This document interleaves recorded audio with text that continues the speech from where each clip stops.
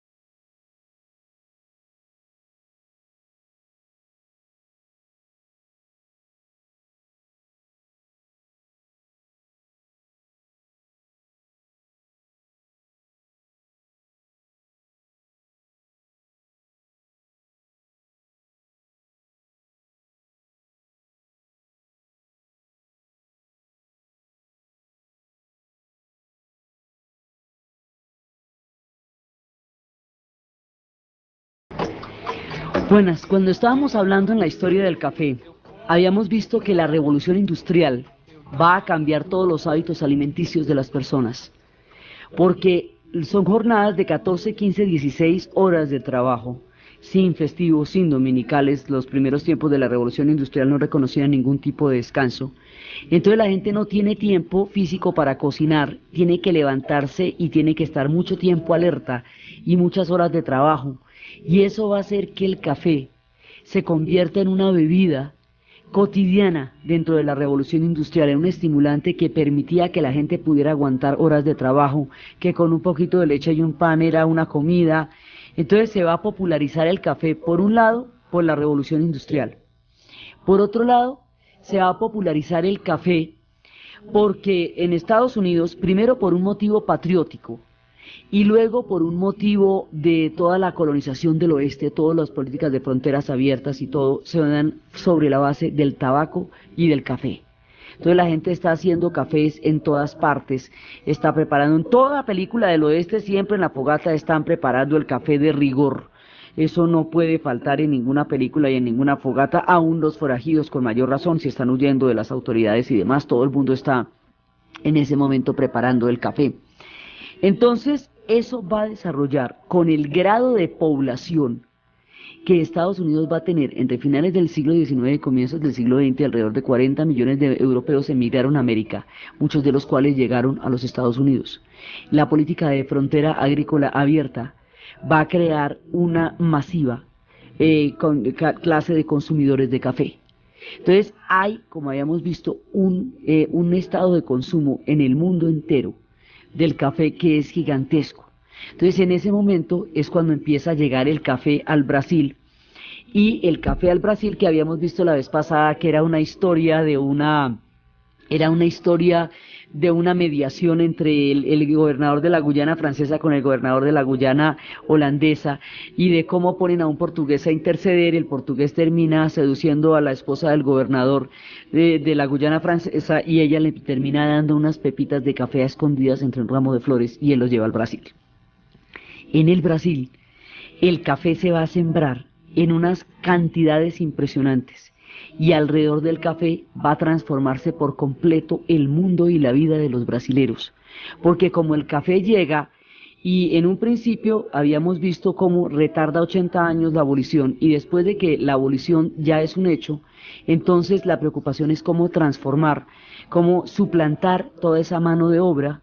con la cantidad de mano de obra europea para sacar adelante el café. Entonces, alrededor del café, los brazos para el café van llegando de Italia en números de 1 millón. Los brazos para el café van llegando de Alemania y los van concentrando en los estados del sur. Los reciben directamente, los llevan a los estados del sur. Los brazos del café van llegando de Japón después en condiciones de inferioridad, porque aquí hay unas políticas raciales aterradoras.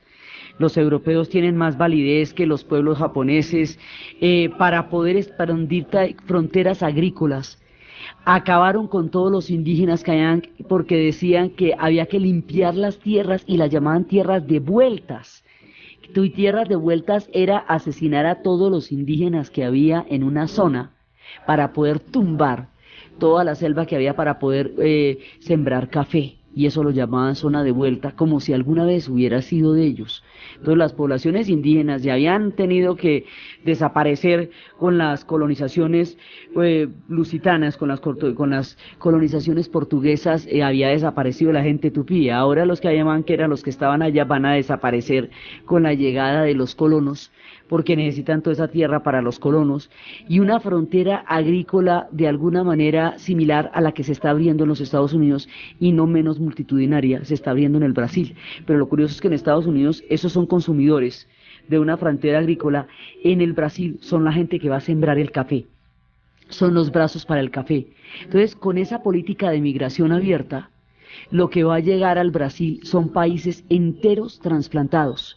Italias, Japones, Austrias, Suizas, totalmente trasplantados, gente que llegaba sin ningún conocimiento del idioma, que llegaba con sus costumbres y sus hábitos y su vida, a vivir exactamente como vivía en su país, en una tierra tropical completamente diferente, endeudados, porque les hacían pagar los pasajes, en condiciones asalariadas, pero todavía con la mentalidad de la esclavitud con que se trataba a la gente antes de la abolición.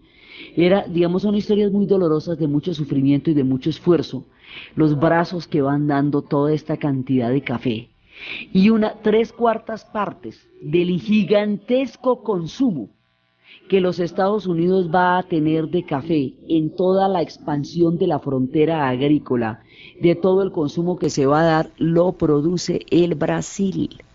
Entonces, con esos niveles de producción, pues se van a volver el principal productor del mundo de café, ¿sí? Como hemos visto que se producían en todas las demás partes, y en ese proceso se van poblando los diferentes Brasiles, porque cuando van llegando todas estas migraciones, van creando patrias ambulantes, en la mitad del Brasil tropical, con sus costumbres y con sus lenguas. Eventualmente se convertirán en brasileros en las siguientes generaciones, pero llegaron como patrias ambulantes, cada uno de ellos. Los japoneses llegaban porque durante toda la época de la expansión de la dinastía Meiji, la modernización, el problema de superpoblación en Japón llegó a convertirse en algo tan supremamente grave que lo que hacían era mandar cantidades de japoneses a otras partes, digamos, solucionaban eso con deportaciones y los llevaban al Perú, una gran cantidad, a los Estados Unidos va a ir otra cantidad, y una cantidad muy importante va a llegar al Brasil. Entonces en el Brasil van a estar metidos también los japoneses. En el Brasil se les decía que eran más flacos y menos fuertes que los europeos, y que los suizos y los austriacos mejoraban la raza en un Brasil fundamentalmente africano. Digamos, todo este tipo de prejuicios están gravitando alrededor de todas las migraciones que está llegando. Unos eran más iguales que otros, como dicen ellos, y las condiciones de todas maneras de trabajo eran miserables para todo el mundo, porque vivían de unas plantaciones donde la comida la tenían que comprar en la misma plantación y la debían, o sea que cuando ya le pagaban ya debía toda la comida. Eran condiciones sumamente duras, y se va creando toda la cultura de las haciendas, de todas las facendas, y se va generando una riqueza absolutamente inmensa, y esa riqueza se va retroalimentando cuando, después del oeste y de todo eso y de toda la colonización, en la Primera Guerra Mundial, la Guerra de Secesión primero, y en la Guerra Mundial, en la Primera Guerra Mundial, los soldados en el frente van a tomar café en grandes cantidades, y lo llamarían el consuelo del soldado. Entonces, ¿qué era lo que se tomaba en la trinchera? Porque además ahí no se podía hacer mucho más. Entonces, a medida que las diferentes circunstancias históricas van aumentando la demanda del café, esto cada vez se va haciendo más popular, y esos inventos se van volviendo cada vez más de la vida cotidiana. Entonces ya al principio el café, cada uno tostaba su propio café, pero después, cuando ya cada uno lo tostaba, siempre se podía quemar. O sea, el café no tenía una calidad estándar, como dirían, una calidad que pudiera mantenerse de una hechura a otra. Entonces el siguiente paso era establecer una calidad estándar, es decir, que hubiera gente que lo tostara y lo moliera y lo pudiera vender tostado y colado de manera que usted lo que comprara era un producto ya hecho que tuviera una misma calidad. Ese fue el primer paso. Una vez que hicieron eso, entonces ya James Burns es el que va a ser la tostadora y era un evangelista que detestaba el licor y entonces y fue uno de los más enconados defensores del café porque el café desplazaba el alcohol en sociedades altamente alcoholizadas. Entonces él como era un tipo absolutamente puritano, va a darle al café toda la importancia. Entonces hay una cantidad de inventos. Por un lado, el que lo tuesta. Por otro lado, se habían inventado una bolsa de cacahuetes, una bolsa donde se empacaban los cacahuetes. Entonces el mismo invento de la bolsa se va a utilizar para el café. Entonces el café se va a vender en cajas. Entonces ya usted puede comprar el café tostado, colado y molido en cajas con una calidad relativamente estable. Ya cuando usted tiene la calidad estable, entonces empiezan a aparecer las marcas, todos los procesos de comercialización, porque ya está la estandarización. Entonces luego empiezan a aparecer las marcas y empiezan a llevar el café puerta a puerta, vendiendo las diferentes marcas de cajas de café y encimándole cafeteras, y al empezar a inventarse las cafeteras, entonces nuestra señora Melita de Alemania se nos vuelve muy famosa porque ya hay específicamente artefactos diseñados para que los filtros que ella se inventó de papel secante se puedan dar y la gente pueda tomar café. Entonces, al empezar a popularizarse el café, ya sale del espacio en que únicamente se podía consumir en los establecimientos específicamente diseñados para el café, se vuelve cotidiano, todo el mundo empieza a tener acceso a él, y a eso se le añaden movimientos masivos como las trincheras, como la guerra de secesión, como la conquista del oeste. Entonces el café se va tomando el mundo y se va convirtiendo en uno de los productos más importantes, y a medida que se va comercializando y a medida que se va estandarizando y a medida y vienen las campañas, entonces un tipo le dio porque el café era malo y popularizó otro producto y resultó él muriendo de mala salud. Entonces el café hay veces les da porque el café es malo y entonces vienen las épocas en que los combaten, pero fundamentalmente el café se fue popularizando. Y a medida que el café se va popularizando, se va volviendo el cultivo del Brasil. Pero el cultivo del Brasil, entonces se vuelve un monocultivo industrial con un desarrollo de extensas zonas cafeteras. Y ya hay un momento en que una parte importantísima del Brasil está sembrada de café. Y son millones de personas las que van a llegar de todas partes del mundo a sembrar este café arábico y a darle al Brasil ese esplendor del café. Cuando eso sucede, empiezan a aparecer lo que van a ser los peligros más grandes que pueda tener el café, uno de los cuales tiene el nombre científico de la Hemilexa batatrix. Se le conoce en todas partes y en Colombia es un sinónimo de devastación como la roya. Entonces empiezan a llegar las rollas y a medida que la roya llegue, toca empezar a ensayar con otras variedades de café que sean menos sensibles a eso, como el café robusta, y empiezan todo, digamos, todos los problemas de cómo poder evitar una cosa tan complicada como la roya y todos los ensayos con las variedades. Y Brasil se va virando hacia ser un país fundamentalmente cafetero.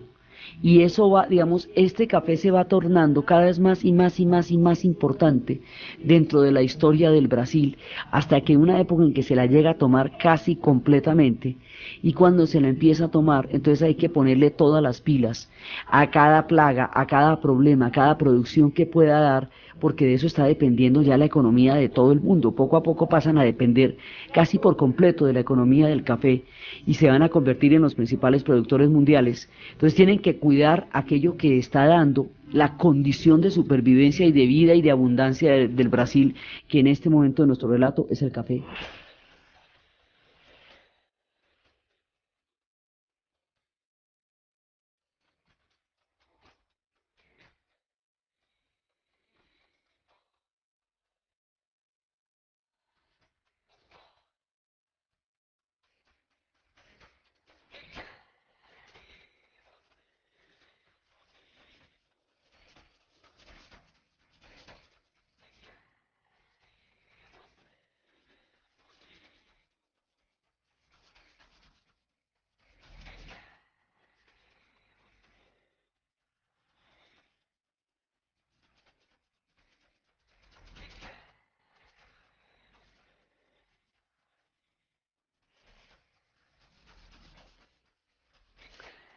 En todo este proceso en que el café en el Brasil se va extendiendo,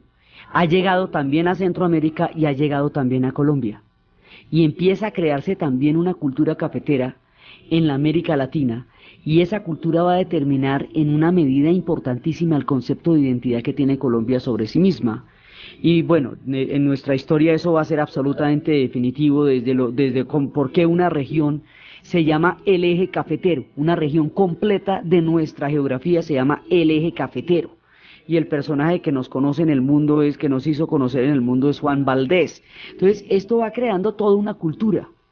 va creando toda una manera de vivir, tanto desde la gente que lo consume como desde la gente que lo va a producir. Entonces se van creando toda una cultura cafetera y en todas partes va a haber esta cultura, pues en Centroamérica y en Colombia, pero las producciones del Brasil son imbatibles, son gigantescas porque la mano, digamos, el propósito de desarrollo del café en el Brasil es una, digamos, es una voluntad de todo, digamos, un proyecto del Brasil alrededor del café, alrededor del cual se traen toda la cantidad de migraciones. Y esas migraciones van a garantizar que haya siempre brazos y brazos para producir el café. Entonces, esto sería absolutamente imbatible y no tendría ningún tipo de competencia si no fuera por un factor que en el Brasil es totalmente impredecible y cada vez que sucede los arruina a todos, las heladas. Hay heladas allá y cada vez que se produce una helada de esta se pierde una cosecha gigantesca y las heladas son impredecibles y tampoco hay como ni cómo hacer, ni cómo prevenirlas, ni cómo hacer nada después de que se queman todos las cosechas con una helada de esas. Entonces, esas heladas son las que permiten, digamos, que haya algún tipo de competitividad, porque si no, eso sería una cosa impresionante. Entonces, después de todo esto, digamos, se va creando toda esta cultura. Y toda esta cultura que se va generando aquí, alrededor del café, y con el problema de las heladas y todo eso, entonces ya esto se va volviendo poco a poco una política de Estado. Entonces, cuando se va volviendo una política de Estado y los facendados van a tener todo el poder que van a tener porque son los que están produciendo esta riqueza, se va a presentar el problema de la superproducción. Y cuando se presenta el problema de la superproducción, entonces en ese momento hay que empezar a tener en cuenta que haya una producción, una que se saca y otra que se tiene que guardar para que no se inunde el mercado. Y esa que se tiene que guardar, alguien tiene que comprarla, para que cuando la compren garanticen que no se dañe, pero que a la vez el que esté presente en el mercado, no que no esté presente en el mercado para echar a la baja los precios. Entonces necesita que el gobierno brasilero compre ese excedente de producción y el gobierno no se decide. Entonces un empresario del norte de Alemania que estaba metido de lleno en lo del café decide que él empieza a comprar toda esa cantidad de excedentes que no pueden salir a los mercados mundiales, porque esos excedentes que van a salir a los mercados mundiales son los que bajarían los precios y eso no le conviene a nadie. Entonces, alrededor de todo esto se va montando toda una economía y esa economía es la que va desarrollando todo el Brasil. Entonces, el sistema de poderes que se va a dar alrededor de los precios, alrededor de quién compra los excedentes, alrededor de quién los produce, determina en una gran medida las estructuras de poder que se van a dar en el Brasil. Digamos, esto va a ser uno de los factores más determinantes de la historia de aquí en adelante, desde donde usted lo vea, ya sea porque políticamente el control de los precios y el control de los excedentes determina el grado de riqueza que se obtiene, ya sea porque desde el punto de vista de los emigrantes, el hecho de generar toda esta cantidad de arribo de tanta gente de tantas partes de la tierra, va a cambiar la fisionomía, el rostro del Brasil, ya sea porque el ser el primer productor del mundo lo sitúa de nuevo en uno de esos estados de preeminencia y de bonanza que habitualmente han pasado entre ellos a lo largo de la historia, pero Brasil va tomando la forma del café. Y el café se va popularizando en el mundo y se va volviendo la bebida más popular, y paralelo a todo el desarrollo de la cultura del café está el desarrollo del país brasilero.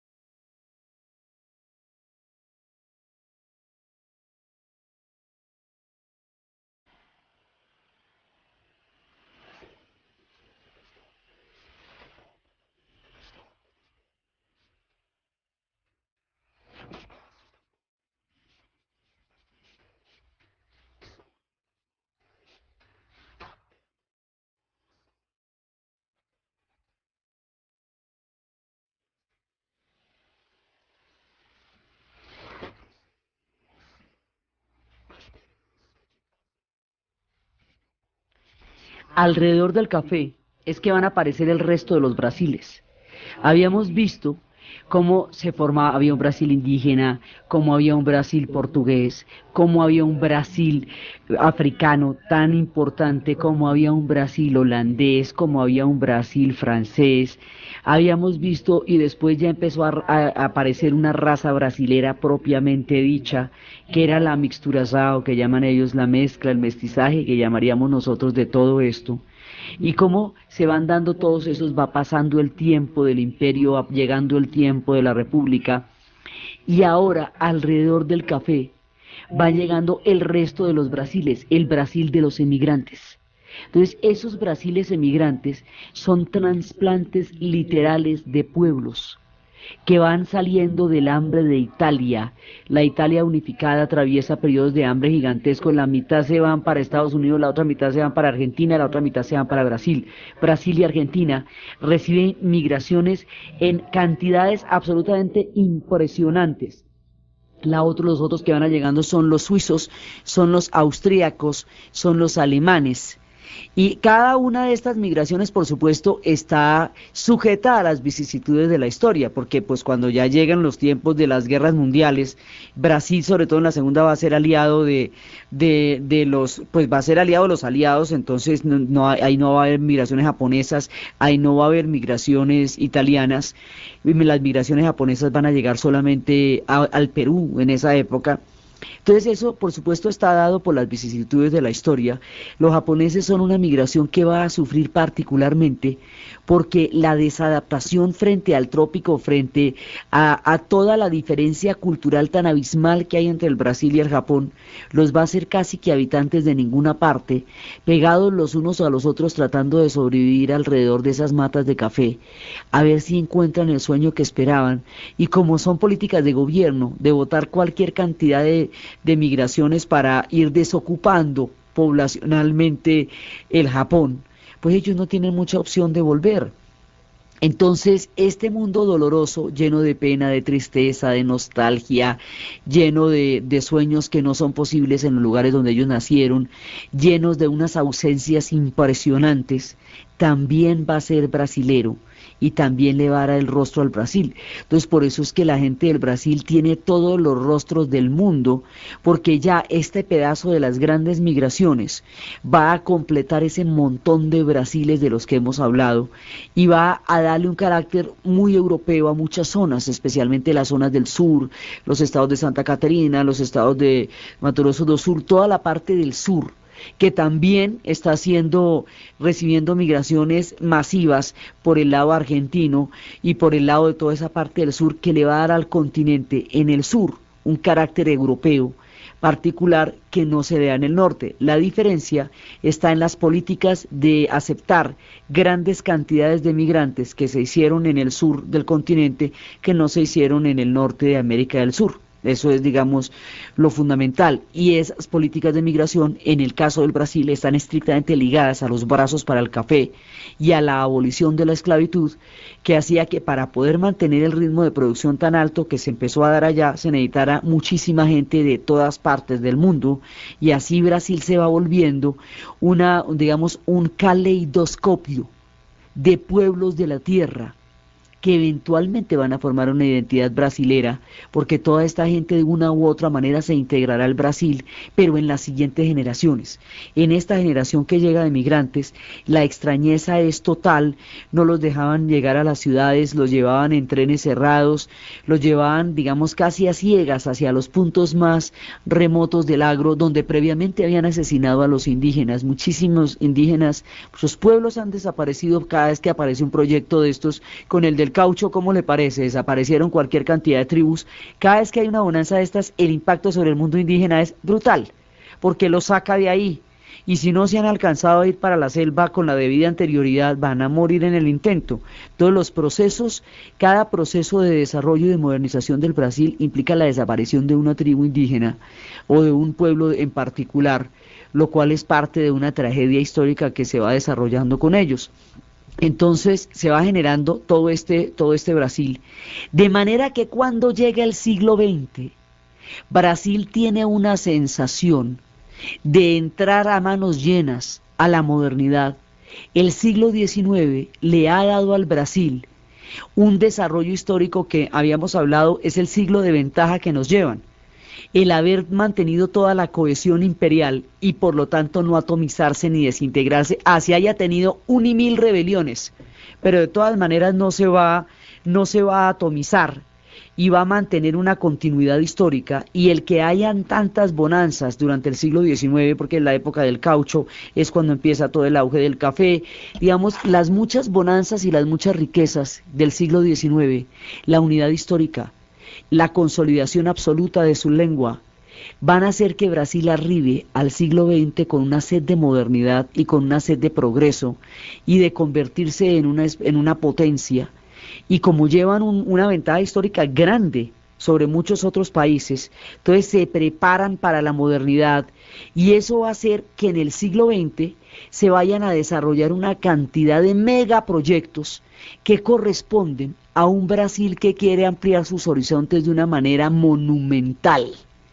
Entonces vamos a ver en el Brasil cuándo se van a dar los estados nuevos y cuándo se van a dar el estado nuevo y cuándo se van a dar los grandes proyectos de modernización del Brasil. Entonces todo el dinero del café va a determinar la estructura poblacional por las migraciones, la estructura de poder por el sistema de quién va a comprar los excedentes y quién los produce y todo eso. Y va a determinar la historia del Brasil de una manera, digamos, exponencial. Entonces ellos van a llegar al siglo XX hechos unos chachos, y en el siglo XX van a empezar, hay obras e hitos que van a marcar esa etapa de modernización. Una de ellas va a ser la modernización de Río de Janeiro. Para modernizar Río de Janeiro van a explotar una cantidad de suelo urbano para crear una gran avenida, que es la que hace de Río hoy por hoy una ciudad absolutamente cosmopolita y fantástica. Esa avenida tuvo el costo de que toda la gente que vivía allá se fue para ninguna parte. Muchos de ellos fueron a las favelas. Va a generar una sensación de progreso, de modernidad, una sensación de entrar en el nuevo siglo con obras monumentales. Esas obras, como la modernización de Río de Janeiro, mucho más adelante vamos a ver qué significa dentro de este espíritu de la modernidad brasilera, qué significará lo que va a ser la construcción de Brasilia, eso lo veremos después, pero todo es, digamos, dentro de un horizonte gigantesco de darle al Brasil una proyección de futuro, una proyección de potencial, que es lo que el espíritu que se va apoderando de la política brasilera y de la identidad brasilera empezando el siglo XX. Entonces la modernización de Río de Janeiro va a ser lo último en guarachas, pero eso tiene un montón de costos, porque la gente que sacaron para poder modernizar eso fue la gente que, muchas de las cuales va a formar las grandes favelas de Río, que hoy por hoy son un problema de marca mayor, lejos absolutamente de cualquier solución a corto plazo o siquiera visible en términos de esta generación. Digamos, se van generando todos los contrastes, ¿ve? Entonces se va generando el semejante Río de Janeiro, pues, que es de morir, y eso sí les quedó muy divino. Y al lado de esa belleza, de esa pujanza, de esa avenida que quería rememorar de alguna manera las grandes avenidas de París y todo eso, digamos, era como equipararse con el mundo. Y claro, la influencia europea los hace a ellos también sentirse que ellos están en condiciones de equipararse con el mundo europeo, porque además tienen una cantidad de mundo europeo adentro que los lleva también dentro de esos ejes. Entonces, por un lado está el super Río de Janeiro, pero se van generando los contrastes de un montón de población que ya no puede vivir donde vivía tranquilamente en su casa, y entonces queda desplazada de los ejes de progreso. Desplazados de los ejes de progreso van a quedar muchas personas, porque en toda esta belleza no todo el mundo cabe, y hay mucha gente que no va a quedar articulada ni aún al doloroso proceso migratorio que hizo que tanta gente sufriera, soñara y viviera las nostalgias más terribles de la lejanía de una tierra para dar al Brasil la grandeza del café. Mucha gente no va a quedar dentro de los megaproyectos del Brasil, no va a quedar dentro de las generadores de riqueza tan impresionantes, van a quedar, digamos, se van a fabricar en esta época una cantidad de prejuicios porque hay unos que son más iguales que otros. La población de origen europeo, así viniera en las condiciones más lamentables, venía con un aire de superioridad, y cuando las teorías raciales de los años 30 lleguen al Brasil, esto va a generar una serie de prejuicios institucionales al respecto de qué razas los brasileros quieren reconocer y qué razas no dentro de un país que es fuertemente africano. Van a generar una cantidad de prejuicios porque los japoneses, por ejemplo, también fueron considerados inferiores con respecto a los europeos y se les dio condiciones mucho más desfavorables para la migración y para el trabajo. Entonces, aquí todo el mundo va llegando, pero va llegando en unas condiciones diferentes, va construyendo sociedades diferentes y se van armando en especies, digamos, de bolsas, se van armando enclaves en donde todas las riquezas no llegan, en donde todos los valores no habitan, y van apareciendo marginalidades distintas de cada uno de estos procesos, marginalidades urbanas, como la gente que tuvo que abandonar el centro de Río de Janeiro, donde además se pierde todo el patrimonio arquitectónico del antiguo Río de Janeiro, y Río de Janeiro pues era la capital del imperio. Entonces esa riqueza arquitectónica se destruyó y se creó un Río de Janeiro modernísimo, divino, titinísimo, donde los que no eran muy bonitos y muy divinos no podían estar ahí sentaditos, y eso se llevó a un montón de gente. Entonces cada megaproyecto de estos también va generando un margen de exclusión. Y del mundo de las haciendas y del mundo del café también hay gente que está desarticulada de eso. Entonces, una característica también del Brasil son los contrastes, porque hay mucha riqueza, hay mucho progreso, hay mucha expansión, pero también hay unos márgenes de exclusión muy grandes, hay unos márgenes de pobreza muy grandes, y hemos visto cada una de estas bonanzas va dejando una pobreza. Esas pobrezas se van acumulando y van a generar unos contrastes aterradores entre miserias y abundancias gigantescas, que es uno de los problemas más acuciantes del Brasil actual, el no haber podido cerrar esas brechas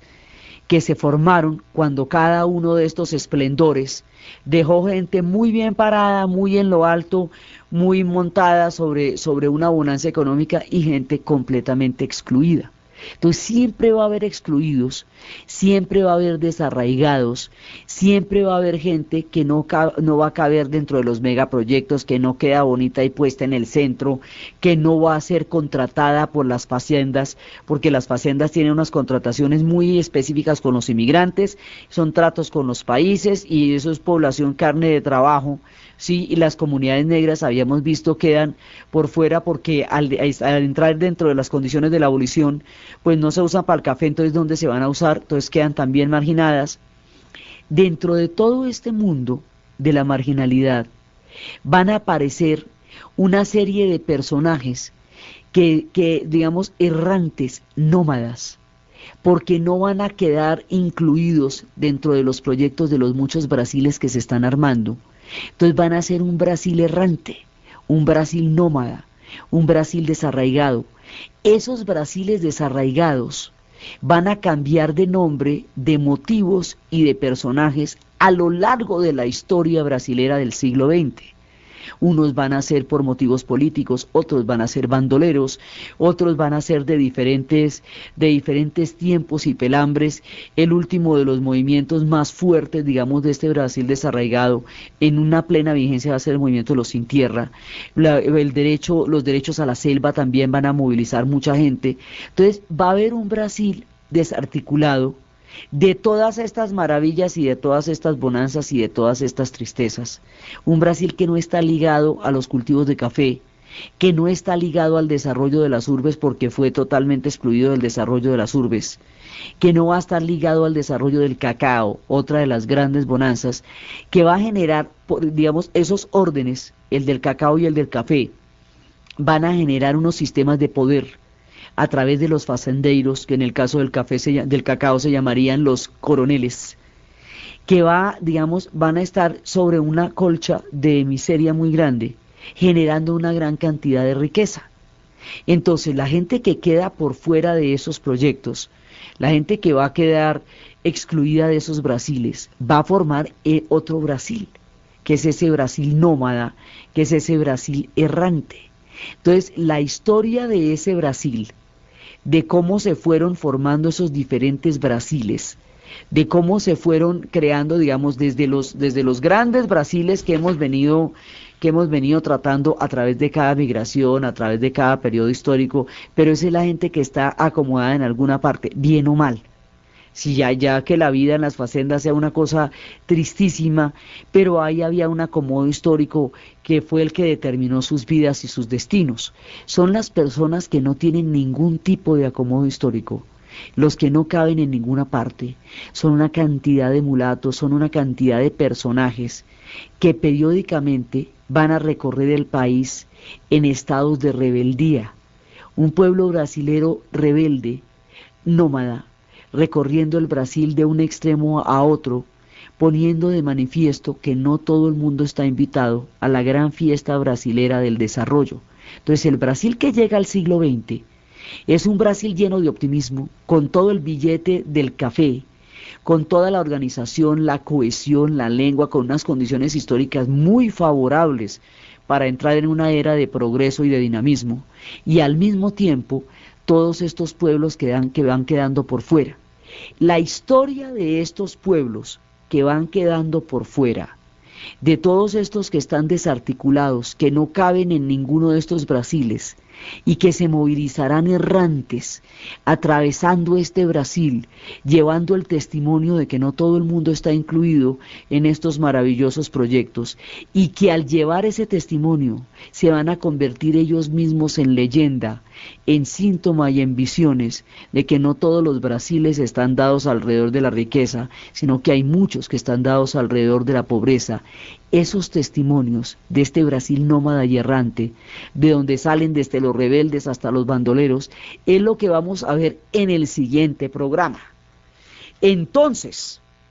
desde los espacios de esta gigantesca movilización de pueblos alrededor del café, desde la tristeza de los japoneses que se encontraban totalmente extraños, esa nostalgia de los italianos y esa conformación de brazos que va generando el Brasil, desde la popularización del café como la bebida que habría de caracterizar la cultura del siglo XX y su impacto en el desarrollo del Brasil, y desde aquellos que no quedaron inscritos en todos estos circuitos de fortuna, en la narración de Ana Uribe, en la producción Jessy Rodríguez, y para ustedes, feliz domingo.